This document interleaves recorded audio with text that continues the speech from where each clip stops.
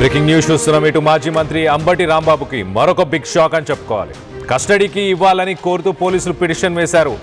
ఇటు సంక్రాంతి సంబరాలు పేరుతో లాటరీ నిర్వహించారని కేసు నమోదు చేశారు.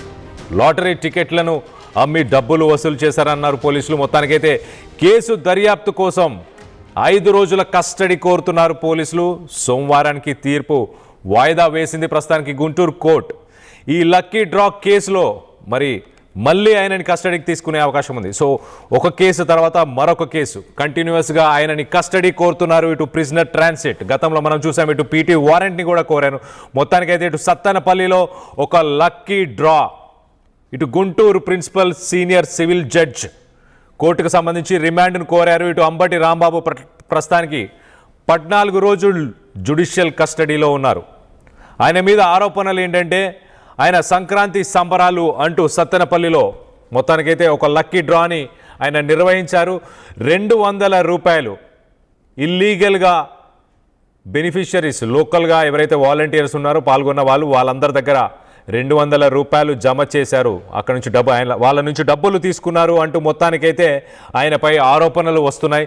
సో దానికి సంబంధించి కస్టడీ కోరుతున్నారు. దీనికి సంబంధించి ఒక్కసారి లేటెస్ట్ అప్డేట్ తీసుకునే ప్రయత్నం చేద్దాం. మొత్తం వివాదానికి సంబంధించి అసలు లేటెస్ట్ అప్డేట్ తీసుకునే ప్రయత్నం చేద్దాం. మా ప్రతినిధి సాయి ఉన్నారు, సాయితో మాట్లాడి తెలుసుకునే ప్రయత్నం చేద్దాం. సాయి చెప్పండి, ఇటు పీటీ వారెంట్ గతంలో కోరారు, దాని తర్వాత ఇటు మళ్ళీ రిమాండ్కి 14 రోజులు పంపించారు.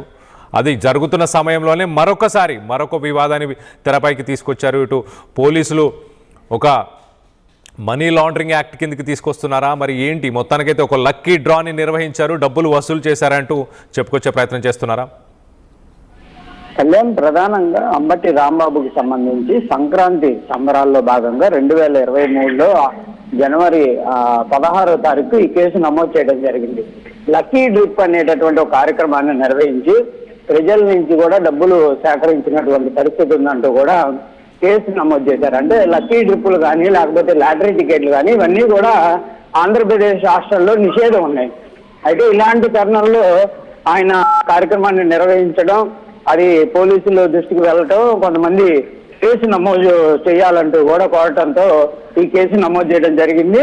జనసేన పార్టీ జిల్లా అధ్యక్షుడు గాదె వెంకటేశ్వర్ ఆ రోజు ఈ ఫిర్యాదు చేయడం జరిగింది. అయితే ప్రస్తుతం ఈ కేసుకు సంబంధించిన దాంట్లో అంబటి రాంబాబు రిమాండ్కి వెళ్ళడం జరిగింది. రాజమండ్రి సెంట్రల్ జైల్లో ఉన్నారు.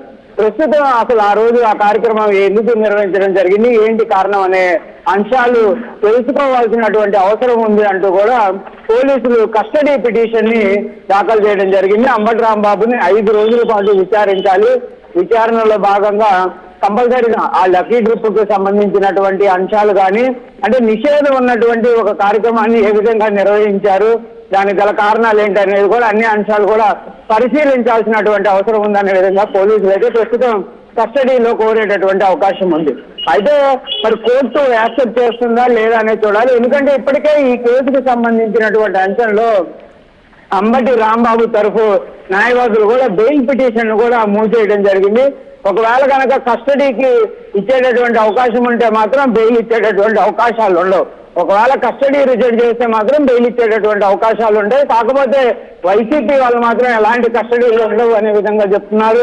ఒకవేళ కస్టడీకి ఇచ్చినా కూడా ఇబ్బందికర పరిస్థితులు ఏం లేవు, అవన్నీ కూడా తప్పుడు కేసులుగా నమోదు చేసినటువంటి కేసులే కాబట్టి అన్నింటినీ కూడా అంబటి రాంబాబు ఎదుర్కోగలరు అనే విధంగా వైసీపీ చెప్తున్నటువంటి పరిస్థితి ఉంది. అయితే పోలీసులు మాత్రం క్లియర్ గా ఈ కేసులో పూర్తి స్థాయి దర్యాప్తు చేయాలంటే కంపల్సరిగా అంబటి రాంబాబుని కస్టడీకి తీసుకోవాల్సిన అవసరం చాలా ఉంది అనే విధంగా వాళ్ళు చెప్తున్నారు. చూడాలి ఎలాంటి పరిస్థితి ఉంటుంది, ఏంటి, కస్టడీకి ఇస్తుందా కోర్టు, లేకపోతే కస్టడీ రిజెక్ట్ చేసేటటువంటి అవకాశాలు ఉంటాయో చూడాలి. ఎందుకంటే గతంలో కూడా కస్టడీ పిటిషన్ వేయడం జరిగింది. చంద్రబాబును దూషించినటువంటి కేసులో విచారణ చేపట్టాలనే విధంగా కూడా నల్లపాడు పోలీసులు వేసిన కస్టడీ పిటిషన్ ని కోర్టు రిజెక్ట్ చేయడం జరిగింది. మరి ఇప్పుడు ఈ కేసుకు సంబంధించినటువంటి అంశాల్లో కస్టడీకి ఇస్తారా లేదా అనేది ఒక ఉత్కంఠ అనే విధంగా చెప్పొచ్చు. దాంతో పాటు ఒకవేళ కనుక కస్టడీ రిజెక్ట్ అయ్యి బెయిల్కి వెళ్తే మళ్ళీ పీటీ వారెంట్ వేసేటటువంటి అవకాశాలు కూడా ఉన్నాయంటున్నారు. వాటికి సంబంధించినటువంటి కేసులకు సంబంధించినటువంటి వాటిపైన కూడా న్యాయవాదులంతా కూడా దృష్టి పెడుతున్నటువంటి పరిస్థితి ఉంది. కళ్యాణ్, అయితే సాయి గతంలో ఇటు సీఎం చంద్రబాబు నాయుడు పైన చేసిన వ్యాఖ్యల గురించి కావచ్చు, ఇటు పీపీపీ మోడల్ గురించి ఆయన ప్రొటెస్ట్ చేయడం, అలాగే పోలీసుల విధులకు ఆటంకాన్ని కలిగించిన కేసులో కావచ్చు, ఈ కేసులన్నింటిలో మొత్తానికైతే రాష్ట్రం మొత్తంగా కూడా ఇటు 35కు పైగా కేసులు నమోదయ్యాయి. వాటన్నిటిని మరి క్వాష్ చేయాలంటూ ఆయన ఇటు హైకోర్టుకి వెళ్ళారు. దాని మీద ఏమైనా తీర్పు వచ్చిందా? ఎట్ ద సేమ్ టైం ఇటు జైల్లో తనకి కొంత స్పెషల్ ఫెసిలిటీస్ ఇవ్వాలి అంటూ ఆయన ఒక రిక్వెస్ట్ని కూడా పెట్టడం జరిగింది. దానిపైన కూడా ఏమైనా స్పందించారా? ఇప్పుడు ప్రస్తుతానికి కోర్టు నుంచి దానికి సంబంధించేటువంటి వివరాలు ఉన్నాయి.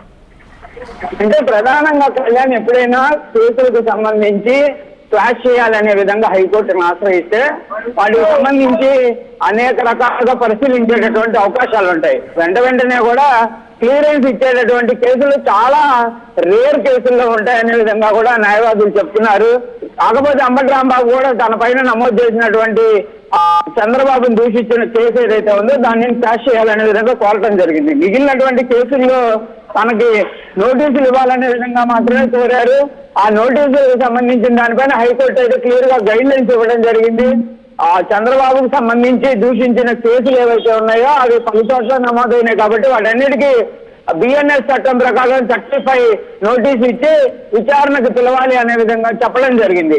అయితే ప్రస్తుతం నమోదవుతున్నటువంటి కేసులన్నిటికీ వాటికి సంబంధం లేదు అనే విధంగా చెప్పొచ్చు.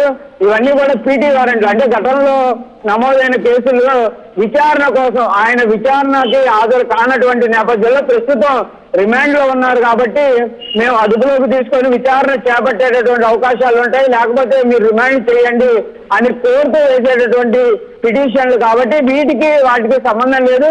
ఇది ఇండివిజువల్ గా ప్రతి కేసులో కూడా అంబటి రాంబాబు బెయిల్ పొందాల్సినటువంటి పరిస్థితులు ఉంటాయి. లేకపోతే కోర్టులో వాదనలు జరిగేటటువంటి సమయంలోనన్నా కేసుకు సంబంధించిన దాంట్లో బెయిల్ ఇచ్చేటటువంటి అవకాశాలు ఉండాలి. ఈ రెండిట్లో తప్పించి ఆయనకి వీటిల్లో క్వాష్ వేసినటువంటి పరిస్థితి లేదు కాబట్టి ఈ కేసుల్లో ప్రస్తుతం అయితే కంపల్సరిగా బెయిల్ తెచ్చుకొని బయటికి రావాల్సినటువంటి పరిస్థితులు అయితే క్లియర్ గా కనిపిస్తున్నాయి. దాంతోపాటు చంద్రబాబును దూషించినటువంటి కేసులకు సంబంధించిన దానిపైన కూడా క్వాష్ పైన జడ్జిమెంట్ అయితే రిజర్వ్ చేయడం జరిగింది. మరి దాంట్లో ఎలాంటి జడ్జిమెంట్ వస్తుంది ఏంటి అనేది కూడా చూడాలి. ప్రస్తుతానికి మాత్రం అంబటి రాంబాబు కస్టడీకి సంబంధించినటువంటి అంశం ఏదైతే ఉందో దాంట్లోనే విచారణ జరగాల్సినటువంటి పరిస్థితి అయితే కనిపిస్తుంది. Right Sai, thanks for the latest update. మొత్తం మీద అంబటి రాంబాబుకి మరొక బిగ్ షాక్ అని చెప్పుకోవచ్చు. ఇటు కస్టడీకి ఇవ్వాలి అంటూ పోలీసులు కోరుతున్నారు. పోలీసులు అయితే పిటిషన్ వేశారు. మొత్తానికి సంక్రాంతి సంబరాలు అంటూ ఆయన ఒక లక్కీ డ్రా కాంటెస్ట్ని నడిపారు. ఆ లక్కీ డ్రాకి సంబంధించి టికెట్లను అమ్మి డబ్బులు వసూలు చేశారంటూ 2023లో జరిగిన ఇన్సిడెంట్కి సంబంధించిన కేసుకి ఇప్పుడు ప్రస్తుతానికి కస్టడీ కావాలంటూ పోలీసులు కోరుతున్నారు. మరి కస్టడీకి ఇచ్చే అవకాశం ఉందా? గతంలో కూడా సీఎం చంద్రబాబు నాయుడు పైన చేసిన వ్యాఖ్యల గురించి కావచ్చు, మిగతా వాటి గురించి పోలీసులు కస్టడీ కోరినప్పుడు బెయిల్ కోర్టు మాత్రం రిజెక్ట్ చేసింది. మరి ఈసారి కూడా రిజెక్ట్ చేసే అవకాశం ఉందా, లేకపోతే ఆయనని మళ్ళీ రిమాండ్కి తీసుకునే అవకాశం ఉందా? మొత్తం మీద కొంత ఉత్కంఠం అయితే నెలకొంది. ఇటు అంబటి రాంబాబు పైన వరుసగా ఒకదాని తర్వాత ఒకటి కేసులు అయితే నమోదవుతూ వస్తున్నాయి. ఆయన రిమాండ్లో ఉన్నారు ప్రస్తుతానికి. మరి ఈ నెల 22 వరకు రిమాండ్లో ఉన్నారు. ఆ రిమాండ్ పొడిగించే అవకాశం ఉందా, మరి పోలీసులకు కస్టడీకి ఇచ్చే అవకాశం ఉందా అన్న దానిపై మీ అభిప్రాయాలు ఏంటనేది కింద కామెంట్ రూపంలో తెలియపరచండి. చరిత్ర సృష్టించినోడు ఇప్పుడు ఆ చరిత్రని తిరగరాయబోతున్నాడు. అబద్ధాల గోడల్ని బద్దలు కొట్టి నిజాలను రాగా మీ ముందుంచబోతున్నాడు. నిజమైన వార్తల కోసం వెంటనే డౌన్లోడ్ చేసుకోండి రా యాప్ని.